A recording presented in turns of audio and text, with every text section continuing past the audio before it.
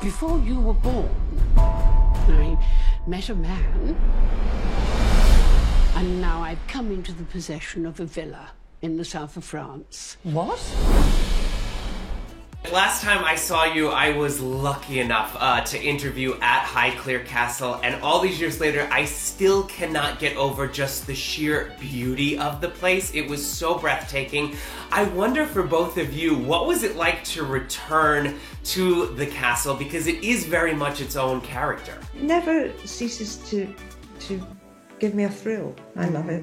It's so majestic, isn't it? It really is. And now, I remember when on the first day, my first day on set of the first series was having that experience of driving up to the house.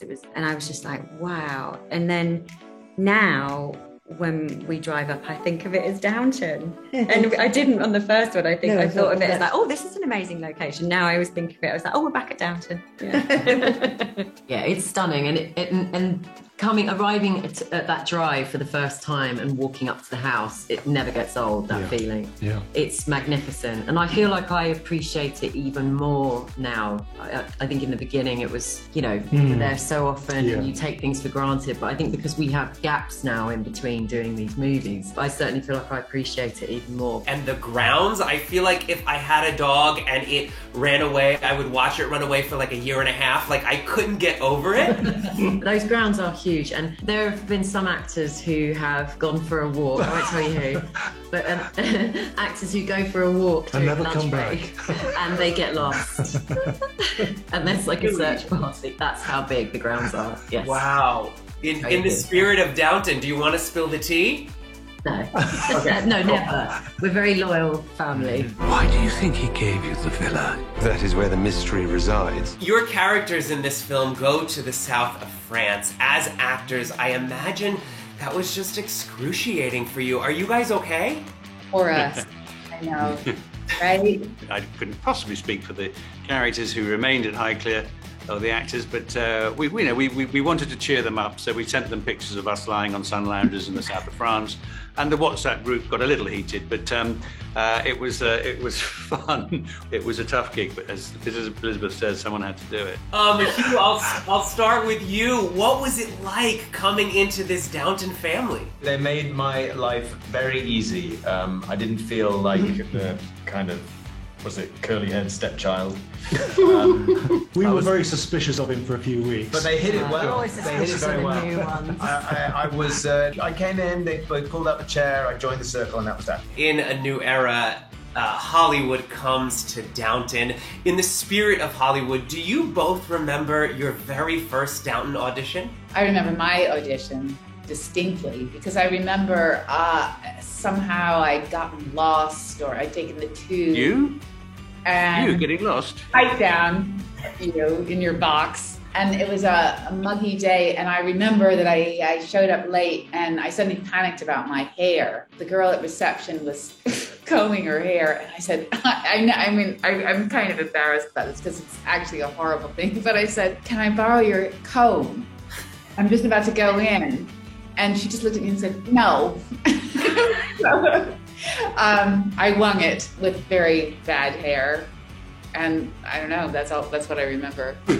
Amazing. Well, your hair today, so congratulations. You Hey! I was very fortunate. I didn't audition. Julian Fellowes says, I've written a part for you. And I then got sent it by Gareth Neame, our executive producer, and I read it.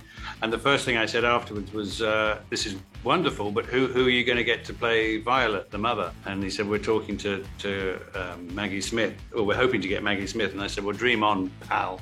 That's never going to happen. And the rest is history. Do you still get starstruck around Maggie Smith? And do you remember the first time you met her? It's partially starstruck, but it's different than that because she's been, in my mind, she's of this era. She's of, you know, the 70s cinema that I grew up watching that was already kind of in the pantheon and in the theatre as well. And then watching her act, or acting with her, I should say, you're also like knocked back by how still she is, like, I think, relentlessly committed to what she's doing. Way beyond the call of duty. With that, I will say goodnight and leave you to discuss my mysterious past. If you guys could inherit a villa anywhere in the world, where would it be? Oh, that's a good one. Italy, for me. Tuscany. Ireland, I would love to, Really? yeah, home in Ireland, yeah. Speak to Dominic. Yeah. France for me. Well, the south of France is a pretty good one. Yeah, I know, Yeah. for starters. Yeah. Wouldn't it be lovely? Tuscany, south of France. Italy. I'm a bit of an Yeah. Italian, so somewhere in Tuscany, definitely. Italy or France, probably my top two. Yeah. If anyone wants to give me a villa, I'll take it. Downton is so beloved by fans around the globe, and it brings so much joy to so many people. And when I saw it, it was just like a warm hug. It was just so good to be back. I wonder, what can fans expect from this film when they go to see this at Regal's very own castle? This film particularly is on a much bigger scale.